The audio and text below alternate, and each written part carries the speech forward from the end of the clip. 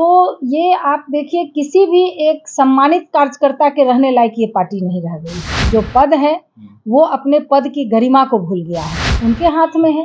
पहले नीतीश कुमार खुद इसको ललन सिंह की तरफ आप इशारा कर रहे हैं, एक लिस्ट जारी कर दिए हैं। तो आपको क्या लगता है कि सारे कार्यकर्ता वहां सम्मान के साथ रहेंगे क्या? नमस्कार, मैं हिमांशु कुमार, आप देख रहे हैं भारत लाइव।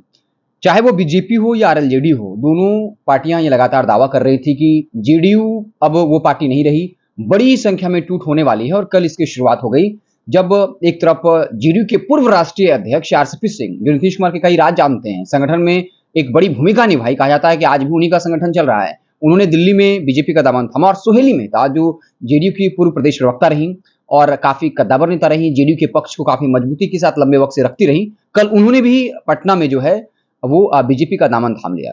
आज हम उनसे बातचीत करेंगे बिहार की राजनीति को लेकर। सबसे पहले मैं बहुत बहुत स्वागत है आपका। आपने कल जो बातें कही, जो आपने बीजेपी ज्वाइन किया कि अब जेडीयू वो पार्टी नहीं रही, वहां महिलाओं को सम्मान नहीं मिलता है, तो अब जेडीयू वैसी नहीं पार्टी रही तो कैसी पार्टी हो गई है?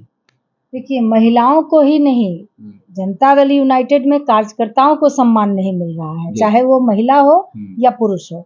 क्योंकि जेडीयू अब एक गैंग के हाथ में चली गई है, वो अपना मनमर्जी करती है।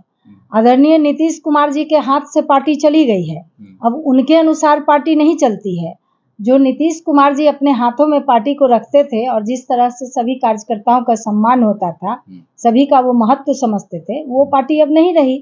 तो इसलिए मैं पार्टी से बहुत ज्यादा दुखी थी, उनके इस तरह के बिहेवियर से, इसलिए मैंने पार्टी को छोड़ा। आप कह रहे हैं कि पहले नीतीश कुमार की चलती थी, तो अब वो किसके हाथ में है? आप किस गैंग की तरफ इशारा कर रही हैं? वो गैंग किसका है? क्या खुल के इस पे बताएंगे? इसमें खुल के क्या बताना है, जो शीर्ष नेतृत्व है पार्टी का, उनके हाथ में है। पहले नीतीश कुमार खुद इसको ललन सिंह की तरफ आप इशारा कर रहे हैं, राष्ट्रीय अध्यक्ष, प्रदेश अध्यक्ष, स्वाभाविक सी बात है, किसी भी संगठन का जो शीर्ष नेतृत्व होता है वो पद होता है।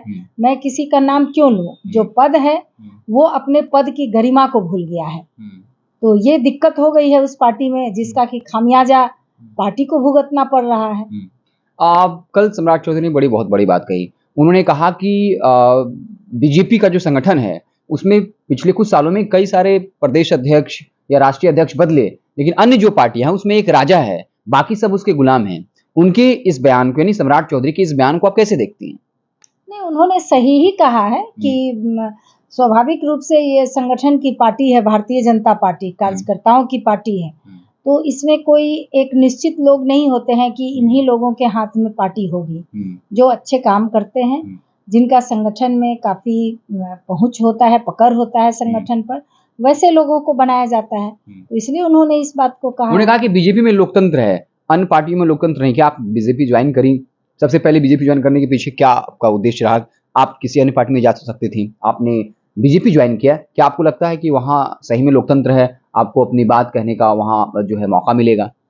देखिए, हमारी तो राजनीतिक शुरुआत ही भारतीय जनता पार्टी से हुई है और किसी कारणवश एक परिस्थिति आई जिसमें कि मैंने एनडीए से ही चुनाव लड़ा, लेकिन भारतीय जनता पार्टी से नहीं लड़ा और उसी दौरान भारतीय जनता पार्टी से अलग हुई थी। वापस अभी हमको मौका मिला, तो घर वापसी हुई है? बिल्कुल, मेरी घर वापसी हुई है। मैं काफी दुखी थी जनता दल यूनाइटेड से, और जनता दल यूनाइटेड शुरू से भारतीय जनता पार्टी के साथ मिलकर सरकार बनाकर काम कर रही है और वो हमें पसंद भी था। जिस तरह से बिहार एक पटरी पर जा रहा था, तो हम लगभग साथ मिलकर ही काम कर रहे थे। लेकिन इन दिनों जिस तरह का व्यवहार हो गया है पार्टी में या सरकार में, जहां भी कहिए, तो ये आप देखिए किसी भी एक सम्मानित कार्यकर्ता के रहने लायक ये पार्टी नहीं रह गई है। एक बात ये कही जा रही थी, उधर आरसीपी सिंह ने बीजेपी ज्वाइन किया, आप यहाँ ज्वाइन करी और तुरंत प्रदेश अध्यक्ष ने एक लिस्ट जारी कर दिया महासचिव और सचिव का। जेडीयू पर लगातार आरोप लग रहा था कि वो संगठन का विस्तार नहीं कर रहे हैं। तो आप लोगों का बीजेपी ज्वाइन करना और उनका 250 लोगों का लिस्ट जारी कर देना संगठन में कि ये महासचिव हैं, ये सचिव है, तो ये हड़बड़ाहट के पीछे की वजह क्या देखते हैं आप? अब ये तो आप उन्हीं से पूछिएगा जिन्होंने ये जारी किया। इसमें आप संगठन में रही हैं तो आपको पता होगा क्या वजह हो सकती है। जल्द आनन फान में किया गया, कई नेता ये आरोप लगा रहे हैं कि जेडीयू को इस बात का डर था कि सोहेली मेहता ने शुरुआत करी, आरसीपी सिंह ने शुरुआत की ज्वाइन करने का, तो एक लंबी झड़ी लग सकती है ऐसे नेताओं की, जैसा बीजेपी के लोग दावा करते थे। एक वजह रही कि ऐसे लोगों को रोक दिया जाए, पार्टी में एक बड़ी भूमिका दे दी जाए। नहीं तो अब नहीं लग सकती है क्या? ये जो लंबी लिस्ट जारी किए हैं तो इसकी गारंटी है क्या कि अब जो वो झड़ी नहीं लग सकती है? झड़ी तो अभी भी लगेगी।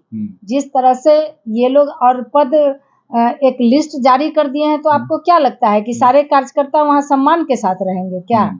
वो तो हम जानते हैं ना कि किस तरह का व्यवहार कार्यकर्ताओं के साथ। चलिए, आपने कहा कि ये तो हम जानते हैं कि आप संगठन से जुड़ी रही हैं, अंदरूनी राजनीति के बारे में आप जानती हैं, तो आपको क्या लगता है कि वाकई में आने वाले वक्त में, अभी 2024 के लोकसभा चुनाव होने में 10-11 महीने बचे हैं, तो क्या आपको लगता है कि आपके जैसे और लोग हैं जो वहाँ एक तरह से रवैये से परेशान हैं और वहां से वो पीछा छुड़ाना चाहते हैं, क्या एक बड़ी टूट हो सकती है? जैसा कि सुशील मोदी, नीरज कुमार बबलू दावा करते रहे कि नेता हमको मिलते हैं एयरपोर्ट पे, कहते हैं कि साथ आ जाइए, नहीं तो हम लोग जो है साथ छोड़ देंगे। नहीं, वो तो लंबी लिस्ट है इसकी, तो आप देखते रहिए, धीरे धीरे आपके सामने ही सारा चीज होगा, आप ही लोग उसके गवाह रहेंगे जो होगा सब। तो चलिए, बड़ा इशारा कर रही हैं सुशील मेहता जी। एक और सवाल है आपसे। नीतीश कुमार इस वक्त विपक्षी एकजुटता में लगे हैं, नए नए नेताओं से मुलाकात हो रही है, कहा जा रहा है कि पटना में एक बड़ी बैठक होने वाली है, तो आप कैसे देखते हैं नीतीश कुमार के इस विपक्षी एकजुटता को? क्या वो मोदी का विकल्प दे देंगे? उनका ये दावा है कि अगर सारे विपक्षी दल एक साथ आ गए तो फिर मोदी जी की वापसी जो है वो संभव नहीं है। कर्नाटक से इसकी शुरुआत हो चुकी है। देखिए, आदरणीय मुख्यमंत्री जी को कुछ लोगों ने चने के झाड़ पर चढ़ा दिया है। बिहार बहुत अच्छे से चल रहा था और इस तरह से चने के झाड़ पर चढ़ाकर और पीछे से ये लोग ताली बजा रहे हैं। जब हम सबको जाकर निमंत्रण देंगे तो मेरे यहाँ भी सब आएंगे, तो ये एक भारतीय संस्कार में है। इसका मतलब ये नहीं होता है कि सब लोग मिलकर एक सरकार बना लेंगे। आदरणीय मोदी जी के सामने अभी देश में कोई चेहरा पैदा नहीं हुआ है। चलिए, अंतिम सवाल आपसे होगा कि जब नीतीश कुमार मिलने जाते हैं नवीन पटनायक से, योगी हैं, लेकिन उस टेबल पे ललन सिंह नहीं दिख रहे हैं, कैसे देखती हैं इसको आप? तो इसमें देखना क्या है, मुख्यमंत्री ना मुख्यमंत्री हैं, यहाँ पर वो लोग हैं क्या जो वो लोग आमंत्रित करके और उनको डाइनिंग टेबल पर बैठ के खाना खिलाएंगे? सबको अपना दायरा तो समझना चाहिए।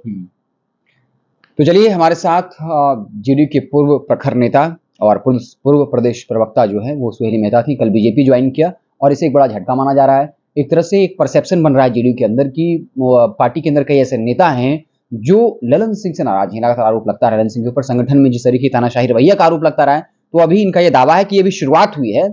अगर ये वीडियो पसंद आई और वह बिहार के राजनीति और बिहारियत से सरोकार रखेनी तो सब्सक्राइब बटन दबा के चैनल के सब्सक्राइब कर ली। ओजे एगो घंटी बा, ओकरा बटन दबा देला से कुल सटीक और मारक खबर रुआ मुफ्त में मिल जाई। अगर रुआ पत्रकारिता के हमनी के नया प्रयोग में सहयोग कर चाहतानी तो ज्वाइन बटन दबा दी। पेटीएम नंबर नोट कर ली 9386816700। धन्यवाद।